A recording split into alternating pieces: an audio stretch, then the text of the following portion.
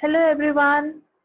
Hope you all are doing well these days. I am Erika Sethi, working as assistant professor in Chandigarh Polytechnic College, Kadaun. I will be teaching you basic of management. So today we start with our unit 3, work culture.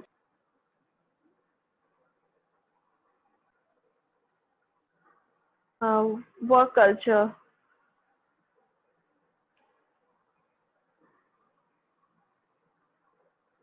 In this, we will study in first part 3.1 we will study important introduction and importance of healthy work culture in organization कि एक healthy work culture जो रहता है हमारा, अगर environment बहुत अच्छा है, हेल्दी है, तो उसका क्या इम्पोर्टेंस है. ठीक है. Then components of culture we will study. Then we will study the importance of attitude, values and behavior in an organization. ठीक है. Then the behavior side regarding individual or group behavior. Then in 3.4 we will study the professional ethics, their concept, need of professional ethics and human values. Okay. So we start with the introduction and importance of healthy work culture in organization. Okay. तो अब हम organisation हम suppose हमने एक organisation setup करा है. ठीक है. उस ऑर्गेनाइजेशन में हमने जो एम्प्लॉयज रखे हैं, चाहे हम भी टॉप लेवल भी काम करता है, जिसने ऑर्गेनाइजेशन बनाई है वो भी सब काम करता है, राइट. हमने ये सब लास्ट हमारे टॉपिक्स में देख चुके हैं. यूनिट 1 में रिगार्डिंग मैनेजमेंट, उसके अंदर हम फंक्शंस बनाते हैं, राइट. और फंक्शंस में हमारे क्या रहते हैं? Planning, organizing, right. Third one is staffing, then directing, then controlling. ये सब हमने functions हम पढ़ चुके अपने यूनिट 1 में. यूनिट 2 में हमने पढ़ा लीडरशिप एंड मोटिवेशन. अब ये सारा काम हम क्यों कर रहे हैं? फर्स्ट और सेकेंड यूनिट में हमने देखा कि अपने एम्प्लॉयज को एक तरफ डायरेक्शन देने के लिए कि वो अपने गोल्स के लिए ही काम करे. कौन से गोल्स? हमारे ऑर्गेनाइजेशन गोल्स के लिए. ठीक है. हम उन्हें मोटिवेट भी क्यों कर रहे हैं? कि वो हम ऑर्गेनाइजेशन गोल के लिए अपनी पूरी एफिशिएंटली अपना काम करें. ठीक है. एफिशिएंटली पूरा काम करें. ठीक है. अब इसमें देखो. ठीक है. क्या कह रहे हैं इधर? एक हम लाइन पढ़ रहे हैं इसके अंदर. ये देखो, ऑर्गेनाइजेशन हम क्यों फॉर्म करते हैं? कि हम सब इकट्ठे, जो भी हमारे इंडिविजुअल्स हैं, वहाँ पे जो भी वर्कर्स हैं और जो जिसने बनाई है, वो सब इकट्ठे होके काम कर रहे हैं. किस लिए? कि हमें एक गोल अचीव करना है अपना. ठीक है. और उन्हें हम जो जिसने ऑर्गेनाइजेशन बनाई है या जो मैनेजर है, वो सबऑर्डिनेट को सबको क्यों मोटिवेट करेगा? कि वो अपने बेस्ट आउट दे अपना, कि बेस्ट लेवल ऑफ वर्क करें अपनी ऑर्गेनाइजेशन के लिए. ठीक है. और ये हमारा असेंशियल पार्ट है कि हम उन्हें बेस्ट इन्वायरमेंट दें जहां वो काम कर रहे हैं. ठीक है. It is essential for employees to enjoy at work place for them to develop an sense of loyalty towards it.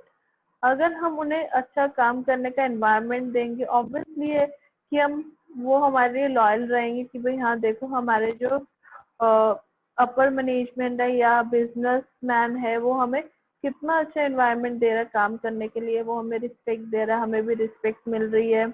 वो हमारे हर एक चीज को ध्यान रखे. जब हमें लीव चाहिए होती है, वो हमें लीव प्रोवाइड कर रहे हैं. जब हमें या कोई एक्स्ट्रा मनी की भी जरूरत है, वो भी प्रोवाइड हो रही है. या हम लोग को प्रमोशन टाइम टू टाइम मिल रही है. अगर हम काम अच्छा कर रहे हैं तो हमें बोनस भी मिल रहा है. तो ये सब बातें क्या है? एक अच्छा एनवायरनमेंट कल्चर करती है. हमारे जो हमारे कोलीग्स है, उनका बिहेव भी हमारे साथ अच्छा है. ये सब क्या है? वर्क कल्चर वर्क करना. ओके. तो ये वर्क कल्चर अच्छा होगा तो क्या होगा? वो हमारे लिए लॉयल रहेंगे। हम हमारे लिए लॉयल मतलब अपनी ऑर्गेनाइजेशन के लिए लॉयल रहेंगे। अब ये पॉइंट ध्यान से देखो, work culture plays an important role in extracting the best out of employees and making them stick to the organization for a longer duration।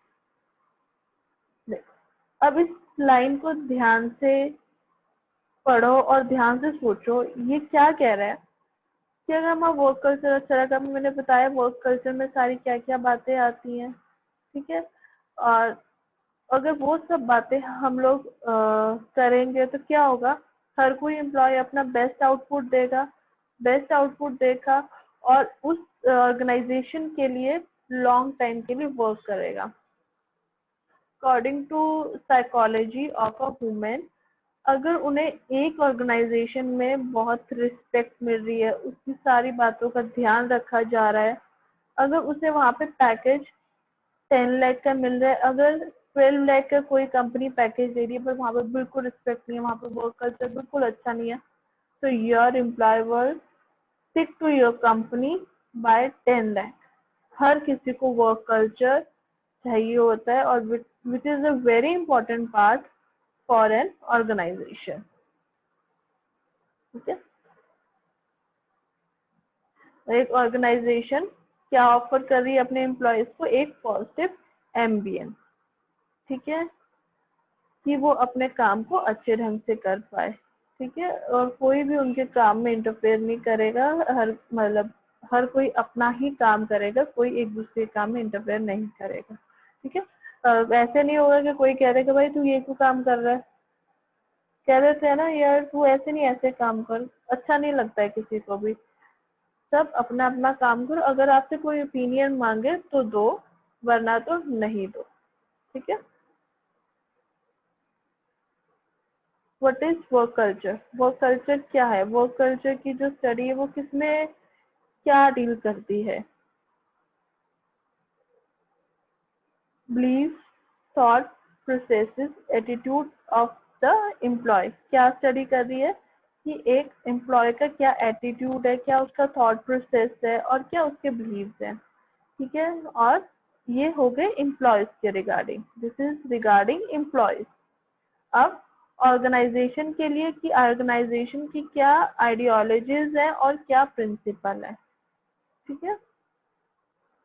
It is the work culture which decides the way employees interact with each other and how an organization function। वो क्या कह रहा है, work culture ये decide करता है कि employees आपस में एक दूसरे से कैसे इंटरेक्ट कर रहे हैं और ऑर्गेनाइजेशन कैसे फंक्शन कर रहा है, ठीक है। और एक लेमैन लैंग्वेज में ये क्या कह रहा है कि वर्क कल्चर क्या है, work culture refers to mentality of the employees which further decides the ambience of the organization।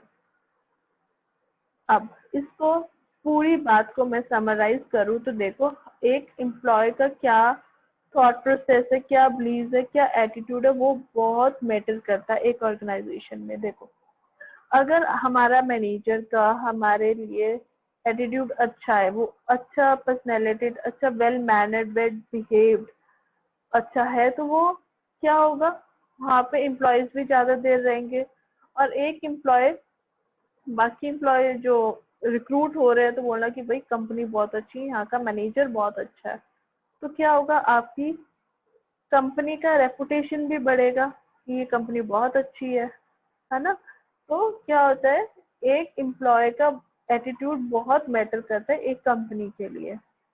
और हमारे ऑर्गेनाइजेशन की प्रिंसिपल्स क्या है और आइडियोलॉजीज क्या है, वो भी बहुत मैटर करती हैं, ठीक है।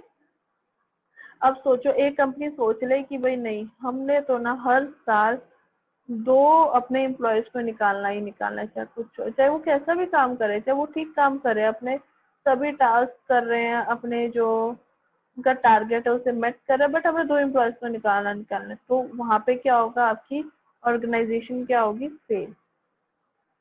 कोई नहीं आना चाहे, क्योंकि हर किसी को आजकल जॉब सिक्योरिटी बहुत इंपॉर्टेंट है, ठीक है। An organization is said to be a to have a strong work culture when the employees follow the organization rules and regulations and adhere to the existing guidelines. तो क्या कह रहा है कि strong work culture कब होगा? जब वहां पे कोई भी खराब नहीं करेगा, सब रूल्स एंड रेगुलेशन के अकॉर्डिंग चले। तो किसी को लीव चाहिए तो वो प्रॉपर एक सिस्टम में लीव डाल के जा रहा है। एग्जाम्पल, अब जैसे अब टीचर है वो लीव ले रहे हैं तो वो क्या करते हैं, पहले लीव डालते हैं आपके मैनेजमेंट सिस्टम में, फिर उसके बाद वो अप्रूव्ड होती है। वो कब अप्रूव्ड होती है? जब वो अपने लेक्चर्स एडजस्ट करके जाते हैं। तो हम क्या हो रहे हैं, पूरा एक रूल एंड रेगुलेशन से चल रहे हैं। तो मतलब इससे क्या हुआ कि एक स्ट्रॉन्ग वर्क कल्चर होना। ठीक है, इम्पोर्टेंट। अब इसकी इम्पोर्टेंस क्या है कि जो the culture decide the way employees interact at the work place. ये क्या है कि जो हमारे एम्प्लॉयज हैं वो अपने कलीग के साथ या अपने अपर मैनेजमेंट के साथ या लोअर के साथ कैसे डील कर रहे हैं, और वो कैसे अच्छा मोटिवेटेड बंदा रहेगा। हमने एक थ्योरी पढ़ी थी यूनिट 2 में, ठीक है, एक्स एंड वाई थ्योरी। अगर तो बंदा होगा वाई थ्योरी का तो क्या करेगा, वो बहुत अच्छा मोटिवेटेड रह के सबसे अच्छी तरह बात करेगा, क्योंकि उसे अपनी लाइफ में कुछ गेन करना है, कुछ अचीव करना है। और वो क्या रहेगा, अपनी ऑर्गेनाइजेशन के लिए क्या रहता है, जो वाई होता है, थ्योरी वाई के अंडर आता है जो सबऑर्डिनेट, वो कैसे करेगा, वो लॉयल रहेगा और काम को अपना बना के काम करेगा, अपनी ऑर्गेनाइजेशन के लिए हमेशा वो लॉयल रहेगा। ठीक है, तो इसलिए वो अपने वर्क प्लेस से रह के लोगों से अच्छा इंटरेक्ट करके अपना 100% आउटपुट देगा। Second, the culture of the work place also goes a long way in promoting healthy competition at the workplace। अब हर किसी को हम देखो यहाँ पे थ्योरी वाई लेके चलना कि वाई मतलब यस, कि वहां के अंदर जो भी लोग हैं वो कुछ ना कुछ अपनी अचीवमेंट करना चाहते हैं विद अ पॉजिटिव एटीट्यूड।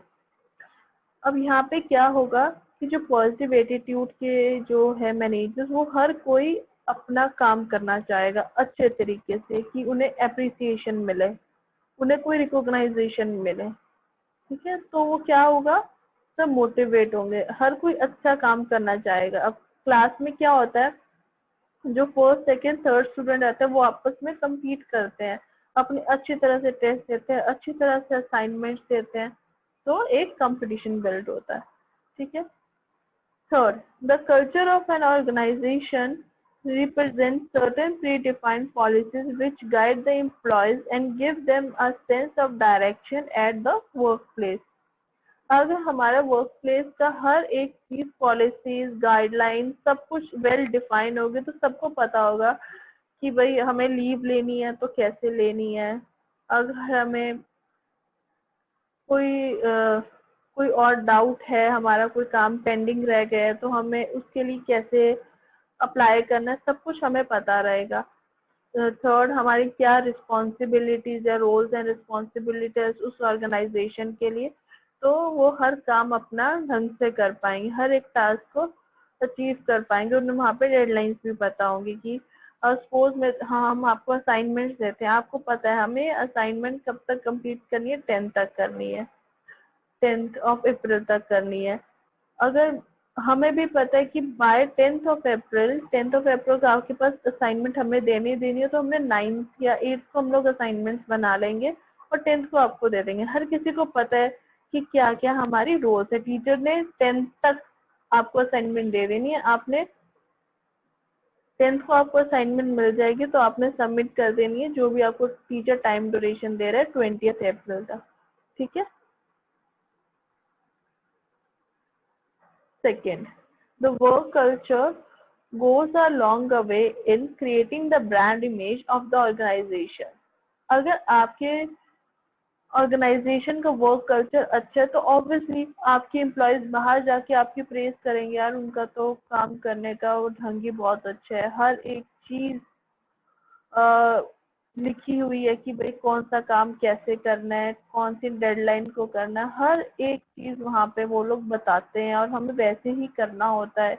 और वहाँ पे एक दूसरे के साथ सब रिस्पेक्टफुली कॉर्डली काम करते हैं, ऑडियो रिलेशन है आपस में। तो क्या होगा, आपके एनवायरनमेंट में हर कोई आना चाहेगा आपके ऑर्गेनाइजेशन में, ठीक है। और the organization culture brings all the employees on a common platform. जब हर किसी को हम इक्वली ट्रीट करेंगे, चाहे वो मैनेजर है चाहे सबॉर्डिनेट है, तो वो क्या रहेगा कि कोई भी निग्लेक्टेड नहीं फॉर्म है। यार मैनेजर है, मैनेजर को तो हम कह दें कि भाई तू तो चाहे 1 महीने की छुट्टी ले ले, उसके सबॉर्डिनेट को पर नहीं, तू तो 2 दिन की भी छुट्टी नहीं ले सकता। तो इससे क्या होगा, एक क्या होगा, ये क्या होगा, इनइक्वालिटी होगी, ठीक है। अगर आप उसको 5 हॉलीडेज दे रहे हो तो उसे भी 5 हॉलीडेज दो, ठीक है। हर एक चीज के लिए इक्वल रहना चाहिए। तो उसमें क्या होगा कि हर कोई अपना बेस्ट करेगा, यहाँ पे सबको एक जैसा ही ट्रीटमेंट मिलता है।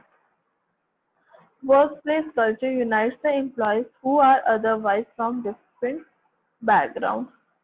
अब यहाँ पे डिफरेंट बैकग्राउंड के भी लोग आते हैं, तो हर किसी के साथ हम सेम बिहेव रखेंगे, तो हर किसी के अंदर एक मोटिवेशन आएगा कि भाई हाँ, यहाँ पे सब इक्वल होता है, इक्वलिटी है इस ऑर्गेनाइजेशन में, किसी को भी किसी के बैकग्राउंड के अकॉर्डिंग नहीं डील करा जाता, तो सब अपना बेस्ट देंगे वहाँ पे। Certain organizations follow a culture where the all employees, irrespective of their designation, have to step into the office on time। वो क्या कह रहे हैं इसके अंदर, देखो कि अब हम क्या कर रहे हैं, हर किसी को पंचुअल रहना है। Punctuality is the main thing when you get a job, ठीक है। अगर आपका 10 बजे लॉग इन है तो आपको 10 बजे ही लॉग इन करना है अपनी कंपनी में जाके, ठीक है। तो अब ऐसे हो रहे हैं, बाई चांस एक बंदा कहे कि नहीं जी मैं तो 10 बजे नहीं जाऊंगा, मैं तो 1 बजे ही जाऊंगा, उसकी 10 बजे की शिफ्ट है, वो कहे मैं तो 1 बजे जाऊंगा, 1 बजे से लेके 7 बजे तक काम करूंगा, मैं तो था उसका 5 बजे तक, मैं तो 6-7 बजे तक कर लूंगा। तो क्या होगा कि उसकी जगह कोई और एम्प्लॉय होगा जो उसकी वहां पे एम्प्लॉय को, तो क्या होगा, क्लैश हो जाएगा सब। वो ऑर्गेनाइजेशन के लिए सही नहीं है, ठीक है। हमें अपनी जैसे क्लाइंट्स रहते हैं बाहर फॉरेन में, तो उसके साथ क्या है कि उनके लिए जैसे मॉर्निंग का टाइम रहता है उनसे बात करने का, जो बाहर वाले एम्प्लॉयज हो रहे हैं वो मे बी इंडियन संभाल रहे हैं, इंडियन कस्टमर को संभाल रहे हैं, तो हमारा सब टाइम उस तरह एडजस्ट करा जाता है। तो इसलिए हर किसी को अपने टाइम पे आना होता है, वरना तो आप लोग के वहाँ पे एब्सेंट मार्क हो जाती है। Every employee is clear with his role and responsibility and strives hard to accomplish the task within the desired time as per the set guidelines। वो कह रहे हैं कि वहाँ पे कभी भी उस ऑर्गेनाइजेशन में कभी भी कोई प्रॉब्लम नहीं आएगी, जहाँ पे हर एक एम्प्लॉय को पता है कि मैंने कब ये काम सबमिट करना है और ये कैसे, इस काम को आगे किसको देना है, कैसे करना है, कौन से टाइम पे सबमिट करना है। तो उससे क्या होगा, हर किसी को पता होगा कि मेरी रिस्पॉन्सिबिलिटी क्या है और ये जो काम है कितना इम्पोर्टेंट है एक ऑर्गेनाइजेशन के लिए। तो हर कोई अपनी इस रिस्पॉन्सिबिलिटी से काम करेगा तो 100% अ, उस ऑर्गेनाइजेशन का वर्क कल्चर बहुत अच्छा होगा।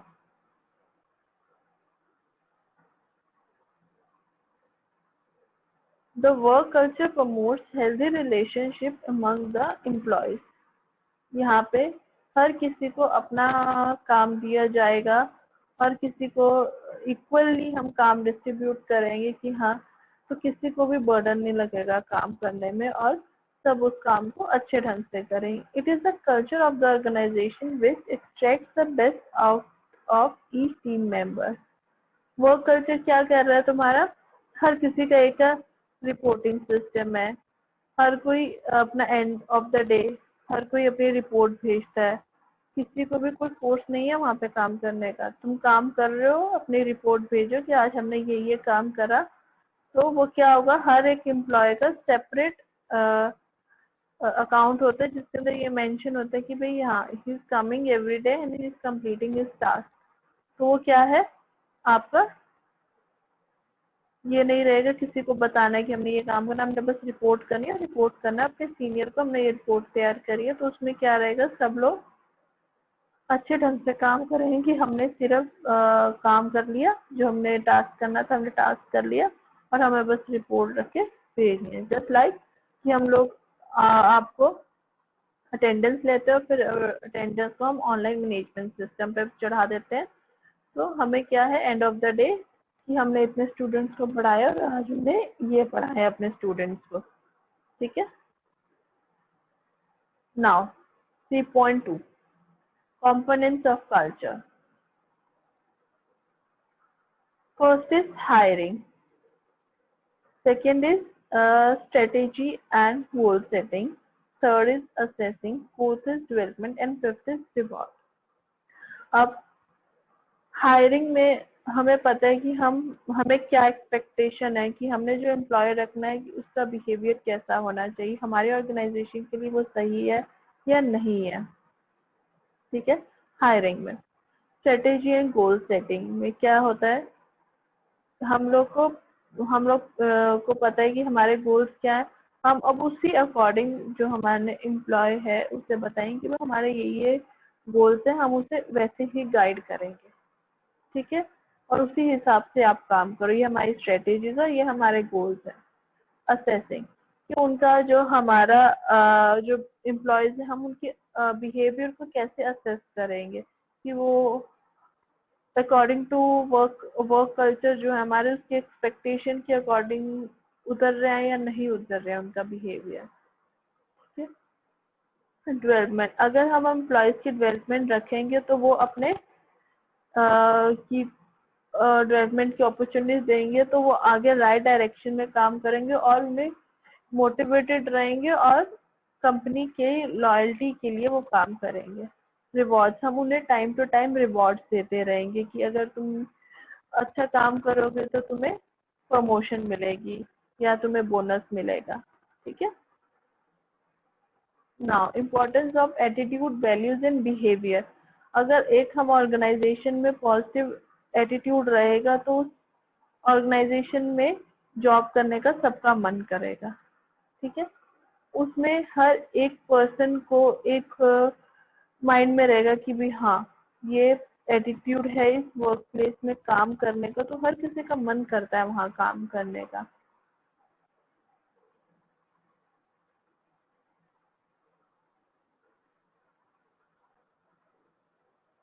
अब देखो हमने थ्योरी वाई पढ़ी थी, अब उसके अंदर क्या था, थ्योरी वाई वाला जो पर्सन था वो हमेशा मोटिवेटेड रहता था, उसे काम करने का मन करता था। तो जब वो एक पॉजिटिव एटीट्यूड का बंदा है वो हर कोई उसके साथ काम करना पसंद करेगा, है ना। और उसे हर कोई हेल्प करना चाहेगा या उसकी कोई हेल्प करना चाहेगा या वो तो हर किसी की हेल्प करेगा ही करेगा। ठीक है। ये सब होता है पॉजिटिव एटीट्यूड का इफेक्ट। इम्पोर्टेंट, इम्पोर्टेंस क्या है कि वहां पे जो पॉजिटिव एटीट्यूड है जब होगा सभी का पॉजिटिव एटीट्यूड होगा, सब थ्योरी वाई में आ रहे हैं उस ऑर्गेनाइजेशन में, तो क्या होगा हर कोई चेंज को एक्सेप्ट करेगा। सेकेंड, वहां पे लर्न के लिए वो ओपन रहेंगे कि नई लर्निंग्स आ रही है हमें उसके लिए तैयार है हम लोग। ठीक है। वहां पे प्रोडक्टिविटी भी हायर रहेगी, वहां पे हर तरह के पीपल से वो काम करना पसंद करेंगे बिकॉज उन्हें किसी भी पीपल से कोई प्रॉब्लम नहीं है, because they are working for their organization with a positive attitude. The ability to learn and grow on the job, उनका क्या रहेगा कुछ नया लर्न करेंगे और जॉब में ग्रो करेंगे, और कोई भी प्रॉब्लम आएगी तो उसके लिए वो सोल्यूशन फाइंड आउट करेंगे। ठीक है। और कब कोई स्ट्रेस है थोड़ा बहुत, कभी हमारे पास काम ज्यादा आता है तो उससे भी वो थोड़ा कॉप अप कर लेंगे। कभी कभी होता है जैसे सपोज अब फ्लिपकार्ट है अब उनमें दिवाली सेल्स आती है तो एम्प्लॉयज के ऊपर कितना काम आ जाता है, तो अगर उनका पॉजिटिव एटीट्यूड है तो वो कॉप अप करेंगे कि हाँ कोई बात नहीं ये हमारी ऑर्गेनाइजेशन के लिए अच्छा है। ऑब्वियसली ऑर्गेनाइजेशन का प्रॉफिट होगा तो ऑब्वियसली उनकी भी सैलरीज इंक्रीज होंगी, राइट। हाँ वैल्यूज। अब हमने एटीट्यूड कंप्लीट कर लिया, अब वैल्यूज। वैल्यूज क्या रहेगा, देखो वैल्यूज के लिए हम ये पढ़ते हैं line, it's clarify your organization and its staff should behave. ठीक है, किस तरह हमारी ऑर्गेनाइजेशन और जो हमारा स्टाफ है वो किस तरह बिहेव करेगा। They provide the framework within which you can test decision, accomplish task and interact with others. क्या कर रहे हैं, ये एक हमें फ्रेमवर्क प्रोवाइड करवा रहा है, क्या कि जिसके अंदर हम किस तरह अपने डिसीजन ले सकते हैं, कैसे अकॉम्प्लिश करेंगे टास्क और किस तरह इंटरेक्ट करेंगे दूसरे लोगों से। ठीक है, ये क्या कर रहे हैं, क्लैरिफाई कर रहे हैं किस तरह हमारी ऑर्गेनाइजेशन और जो हमारा स्टाफ है वो हमारे साथ बिहेव करेगा। ठीक है, और एक फ्रेमवर्क प्रोवाइड कर रहे हैं जहाँ पे हम लोग अपने डिसीजन देख सकते हैं कैसे लेने हैं कैसे नहीं लेने हैं। ठीक है, और कैसे टास्क अकॉम्प्लिश करना, कैसे इंटरेक्ट करना दूसरों से। एग्जाम्पल इसका वैल्यूज के क्या वैल्यूज होते हैं कि hard working, courage, respect is the example of values. Importance. A powerful force of effective behavior. Values contain a judgmental element in that they carry an individual ideas as to what is right or desirable. कह रहे judgemental रहता है, value हमें क्या बताता है कि ये ठीक है या नहीं है, इज इट राइट और रॉन्ग, और प्रोवाइड करता है ऑर्गेनाइजेशन की अंडरस्टैंडिंग के लिए, और हेल्प क्या कर रहा है, एक डिफ्रेंशिएशन के लिए, और डिटरमाइन करता है रिटेंडेशन। ठीक है, third is behaviour. Behaviour the way in which one act और conduct oneself specially towards other. ये क्या है कि हम क्या एक्ट करें, क्या दूसरों के लिए हमारा क्या बिहेवियर है, क्या हम उसके साथ कैसा बिहेव कर रहे हैं, राइट क्या एक्ट है, बिहेवियर और एक्ट। कहते हैं ना कि भाई इसका बिहेव अच्छा नहीं है, ये एम्प्लॉय का, तो क्या होगा यार मैंने इसके साथ काम नहीं करना। क्लास में भी होता है, कभी तुम्हें कोई ग्रुप में काम किया जाता है तो यार मैंने इसके साथ काम नहीं करना, ये अच्छा नहीं है ना। तो क्या है, उसका बिहेवियर है, उसका एक्ट है, उसका कंडक्ट है। ठीक है,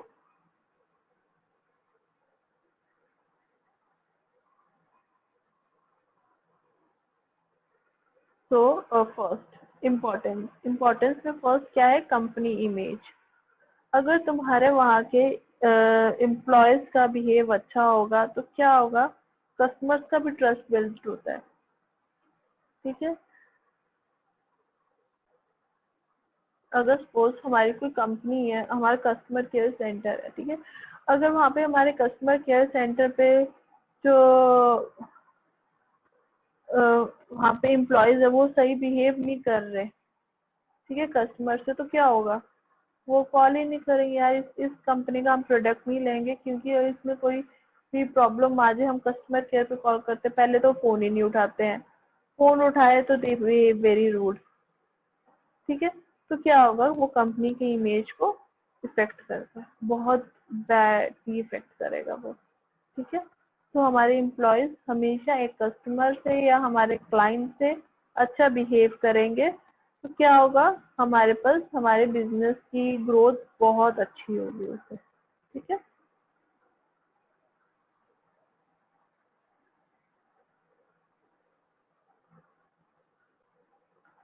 अब वर्क डिस्टर्बेंस, अगर कोई आपके वर्क को डिस्टर्ब कर रहा है, डिस्ट्रैक्ट कर रहा है, तो क्या होगा, हमारे काम करने में तो हमारे प्रॉब्लम आएगी आएगी, ऑब्वियसली वो इनडायरेक्ट किसको इफेक्ट करेगा, हमारी कंपनी को इफेक्ट करेगा। ठीक है, लॉस्ट ऑफ अपॉर्चुनिटी, अगर कोई बंदा अच्छी तरह बिहेव नहीं कर रहा है, उसके मैनेजर ने उसके बिहेवियर के लिए फीडबैक अच्छा नहीं दिया है, तो क्या होगा, उसकी प्रमोशन रुक जाएगी।